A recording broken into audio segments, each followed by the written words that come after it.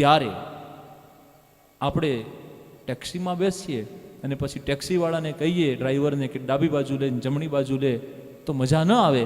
આપણે અજાણ્યા શહેરમાં હોય તો એ જે ચલાવે ગાડું એને સોંપ્યું હોય, પછી આપણે એ જે દિશામાં લઈ જાય એ દિશામાં જ જવાનું હોય. અહીંયાથી મુંબઈ આવીએ ફ્લાઇટમાં ને પછી પાયલોટને જઈને કહે કે જમણી બાજુ લો, તો કેમના મુંબઈ પહોંચીશું? તો આપણે ગાડું ભગવાનને આપવું પણ છે અને પાછું કહેવું પણ છે કે ગાડું ધીરે ચલાવજો. કહેવાનું તાત્પર્ય ભગવાનની ઉપર દ્રઢ ભરોસો રાખો અને મનમાંથી અહંકાર કાઢો, તો જ પ્રભુની સાથે યુક્ત થવાશે. સંતો કહે છે,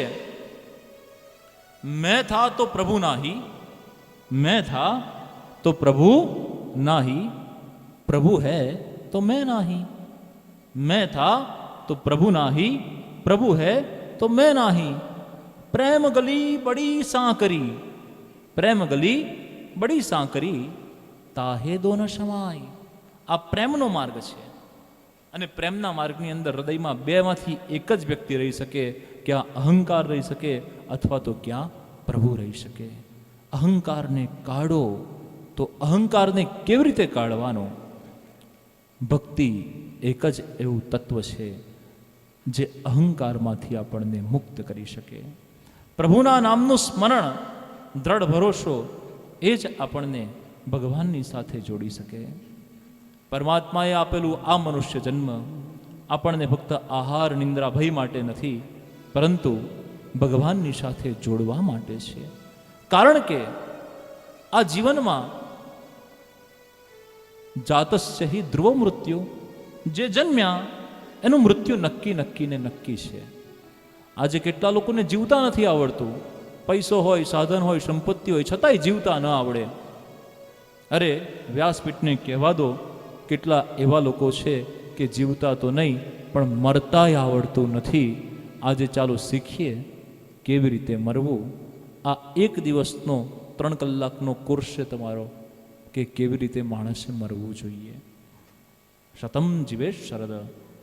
મારી શુભકામના છે કે બધા 100, 150, 200, 200 વર્ષના થાવ, પણ નિરોગીવાન રહો, આરોગ્યવાન રહો. પરંતુ કેવી રીતે જીવવું અને કેવી રીતે મરવું. પરીક્ષિત રાજાને શ્રીમદ ભાગવતમાં ખબર પડી કે આજથી 7મે દિવસે મારું મૃત્યુ છે. તક્ષક નામનો નાગ આવશે, મને કરડશે ને મારું મૃત્યુ થશે. આપણને એમ થાય કે તક્ષકને તો ખબર હતી કે એનું 7મે દાડે મૃત્યુ છે. આપણું કંઈ 7મે દાડે થોડું છે? આપણે તો 100 વર્ષ જીવવાના જ છે. પરંતુ આપણું મૃત્યુ પણ 7મે દાડે જ છે. એ કયો 7મો દાડો એ આપણને ખબર નથી.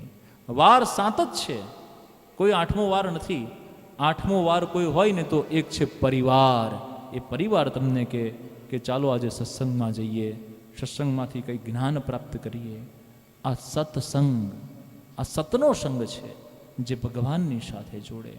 21મી જૂને વિશ્વ યોગ દિવસ સૌથી પહેલી વાર ઉજવાયો.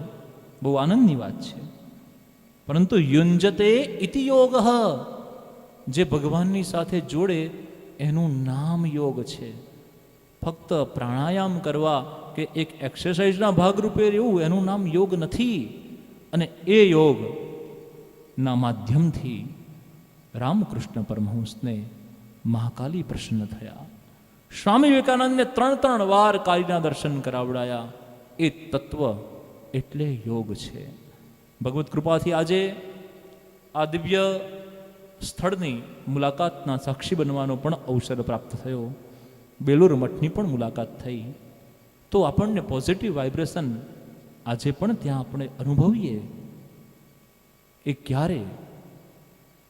સંતોના આ બધા ચરિત્રથી આપણે જાણી શકીએ કે માણસે કેવી રીતે જીવવું. બાકી જીવનમાં મૃત્યુ નક્કી નક્કી અને નક્કી છે. અને જે નક્કી છે એનાથી ગભરાવાનું નથી, એને મંગલમય બનાવવાનું છે. જીવનમાં એ મગજમાં ફિટ કરી લો, એકલા જ આવ્યા છે અને એકલા જ જવાનું છે. કોઈ સાથી, કોઈ સંગી, કોઈ મિત્ર નહીં આવે. આવશે તો કેવળ કેવળ કેવળ ભક્તિ.